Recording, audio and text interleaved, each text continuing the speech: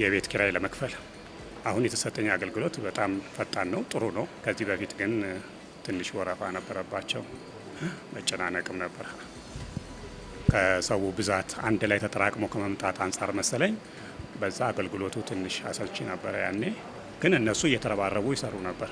ሰራተኞቹ ላይ አይደለም እንትኑ ከሰው ብዛት ነበር ችግር የነበረው።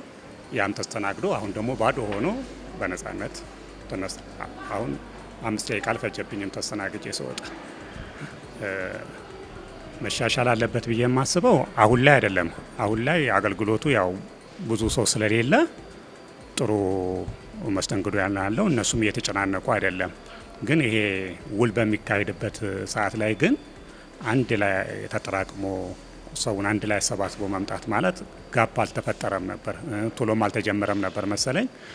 በዛ ጊዜ ብዙ ጭንቅንቅ ነበርና ከአሁኑ አመት ካለው ችግር ተሞክሮ ወስደው በሚቀጥለው አሻሽለው እንደሚጠብቁ እርግጠኛ ነን። ያንን ቢያሻሽሉ ጥሩ ነው ብዬ አስባለሁ። አሁን በጣም ትልቅ ለውጥ ነው ያለው። አሁን ላይ ይኸው እንደምታዩት ነው፣ ባዶ ነው። 5 ደቂቃ ነበር የፈጀብኝ። ያኔ ግን 2 ቀን 3 ቀን ሰው ሲመላለስ የነበረው እኔ ራሴ 2 ቀን ነው ተመላለሽ ቀኑ ሙሉ የተስተናገርኩት።